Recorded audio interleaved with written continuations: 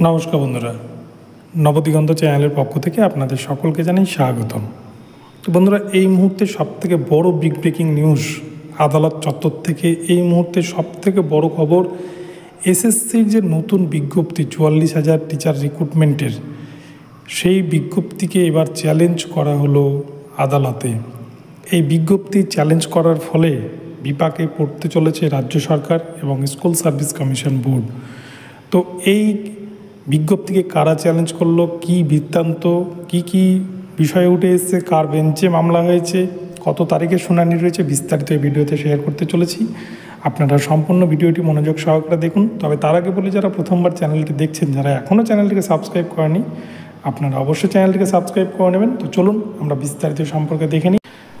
তো বন্ধুরা, এই বিজ্ঞপ্তি দিয়েছে 30 তারিখ।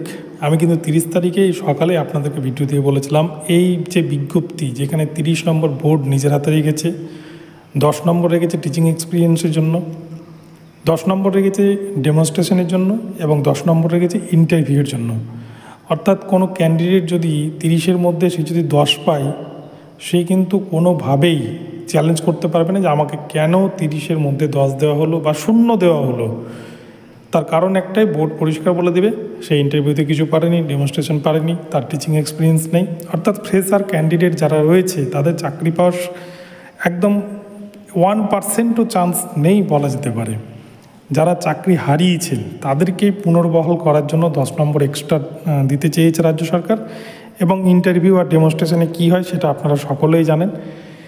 তো এই যে বিষয়টা, যেখানে 30 নম্বর বোর্ড রেখেছে, যেটা 2016 রিক্রুটমেন্টের রুলসের নিয়ম ছিল 10 নম্বর ইন্টারভিউ এবং ডেমো মিলিয়ে, তো সেই 10 নম্বর যদি থাকতো তাহলে ঠিক ছিল। কিন্তু এক্সট্রা যে 20 নম্বর রাখা হয়েছে, এটা নিয়েই কিন্তু প্রথম থেকে আপত্তি, প্রথম থেকে তর্ক বিতর্কের একটা ঝড় বয়ে আসছে গোটা রাজ্য জুড়ে।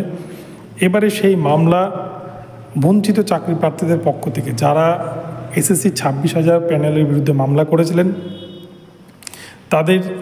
তারাই কিন্তু আবারও এই বিজ্ঞপ্তিকে চ্যালেঞ্জ করলেন, এই বিজ্ঞপ্তি যাতে সংশোধন করা হয়। এবং এই সম্পর্কে মামলা দায়ের হয়েছে বিচারপতি পার্থসারথী চট্টোপাধ্যায়ের বেঞ্চে। এই মামলা আজকে দায়ের হয়েছে এবং তিনি কিন্তু মামলার অনুমতি দিয়েছেন, মামলা গ্রহণ করেছেন।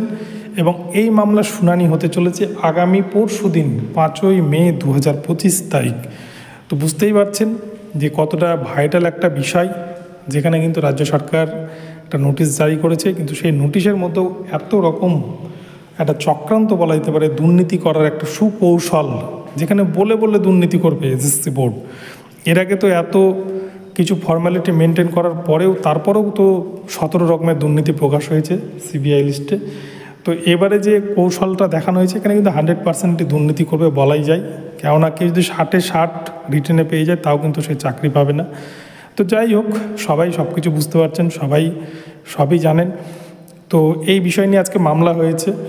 যারা বঞ্চিত চাকরি প্রার্থী তাদের জন্য বলবো এটা একটা ভালো খবর। কেননা এই 30 নম্বরটা কিন্তু মেনে নেওয়া যায় না। কেননা 30 নম্বর এটা যারা বঞ্চিত তাদেরকে বঞ্চনার দিকে আবারও ঠেলে দিবে, আর যারা যোগ্য অযোগ্য চাকরি হারিয়েছেন তাদেরকে কিন্তু নিজের জায়গায় ফিরিয়ে দিবে।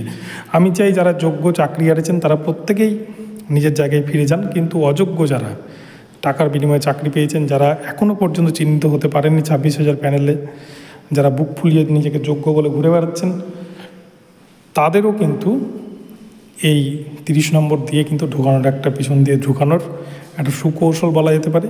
তো যাই হোক, মামলায় কী রায় হয় 5 তারিখ সেটাই দেখার।